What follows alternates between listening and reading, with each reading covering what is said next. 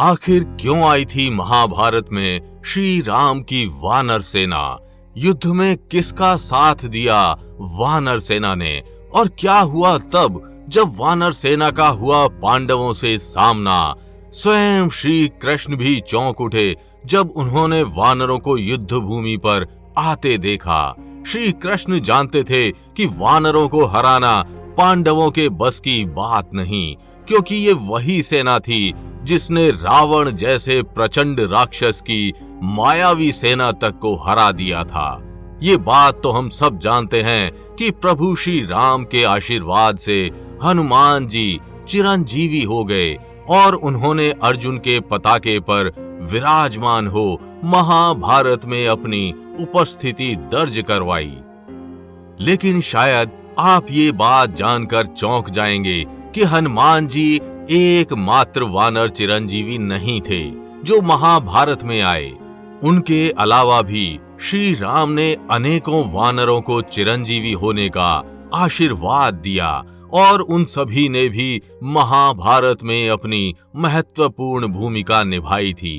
तो आखिर क्या थी वानर सेना की महाभारत में भूमिका और क्या हुआ तब जब पांडवों का हुआ वानर सेना से सामना?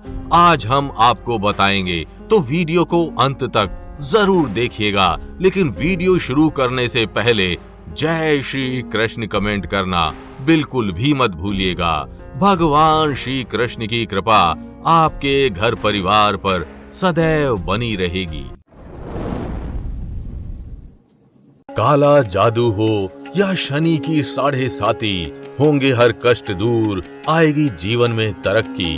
अपने घर परिवार और संपत्ति को हर बुरी दृष्टि से बचाने के लिए आज ही मंगवाएं मंत्रों द्वारा सिद्ध नजर सुरक्षा कवच। महापराक्रमी पांडवों को ऐसे ही महाभारत का नायक नहीं कहा जाता।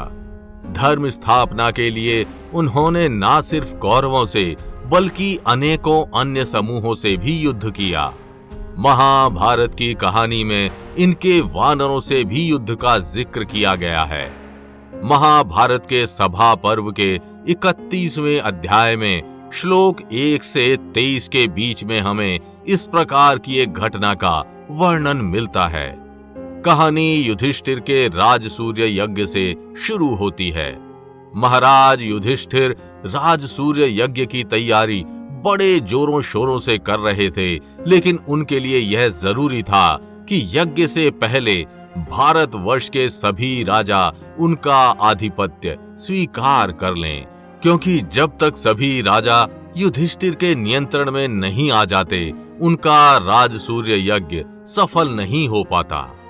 युधिष्ठिर के राजसूय यज्ञ के तहत ही जरासंध और शिशुपाल जैसे बैरी राजाओं का अंत किया गया था, लेकिन मात्र उनके मारे जाने से कुछ नहीं होने वाला था।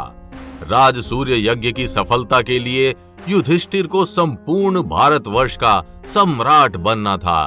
इसलिए जरूरी था कि भारत के सभी राजा युधिष्ठिर की अधीनता को स्वीकार कर लें, युधिष्ठिर के शासन तले राज करें, और इसी कार्य को पूरा करने के लिए उनके चारों भाई राज्यों को जीतने निकल पड़े। युधिष्ठिर को भारत का सम्राट बनाने के लिए उनके चारों छोटे भाई अपनी सेनाओं के साथ भारत विजय पर निकल पड़े। उनकी इस यात्रा को महाभारत में दिग्विजय यात्रा के नाम से वर्णित किया गया है। इसी दिग्विजय यात्रा के तहत भीम, अर्जुन, नकुल और सहदेव भारत की चारों दिशाओं में फैल गए। महाबली भीमसेन भारत के पूर्व दिशा की ओर गए। उन्होंने अनेकों राज्यों को जीता और असंख्य राजाओं को हराकर वापस इंद्रप्रस्थ लौट आए। धनुर्धर अर्जुन उत्तर दिशा की ओर गए और उन्होंने भी अनेकों राजाओं को हराया। महाभारत में वर्णित एक कथा के अनुसार अर्जुन ने इसी दिग्विजय यात्रा के दौरान प्राग ज्योतिषपुर के महाराज भगदत्त को हराया था और सेना बिंदु जैसे वीर योद्धा को भी उन्होंने इसी यात्रा के दौरान परास्त किया था।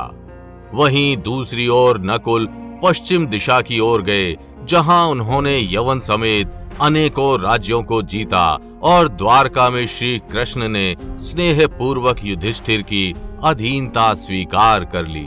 इसी अभियान के तहत सहदेव दक्षिण दिशा की ओर गए, जहां उन्होंने कलिंग और महिष्मति जैसे बड़े दक्षिण राज्यों को जीता।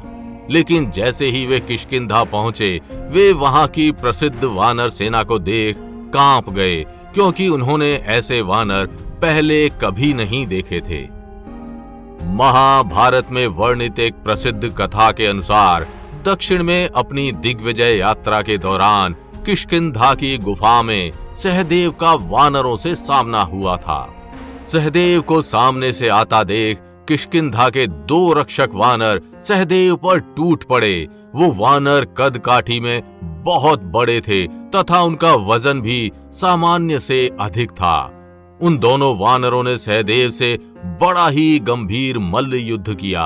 उन्होंने सहदेव के पसीने छुड़ाने शुरू कर दिए और तभी सहदेव ने अपना पलटवार किया। सहदेव भी गुरु द्रोण के शिष्य थे तथा अनेकों युद्ध विद्याओं में माहिर थे। उन्होंने उन दोनों वानरों को बड़ी कड़ी टक्कर दी और फिर उनका वहां बड़ा ही भयावह संग्राम हुआ। युद्ध इतना भयानक था कि दिन पर दिन बीतते जा रहे थे, लेकिन कोई भी योद्धा हार मानने का नाम नहीं ले रहा था। सभी एक से बढ़कर एक योद्धा थे, इसलिए उस युद्ध का कोई नतीजा नहीं निकल पा रहा था। ऐसा कहा जाता है कि किष्किंधा की उस गुफा में सहदेव और उन 2 वानरों का पूरे 7 दिनों तक युद्ध चला। युद्ध का कोई निर्णय नहीं निकला और बाद में सभी में सहमति हो गई। किष्किंधा के रक्षक उन दोनों वानरों ने युधिष्ठिर की अधीनता को स्वीकार कर सहदेव की बात मान ली और सहदेव किष्किंधा जीतकर इंद्रप्रस्थ वापस लौट आए। ऐसा कहा जाता है अपनी दक्षिण विजय यात्रा के दौरान सहदेव लंका भी गए थे। वहां वे विभीषण से मिले और उन्होंने लंका को भी अपने अधीन कर लिया था।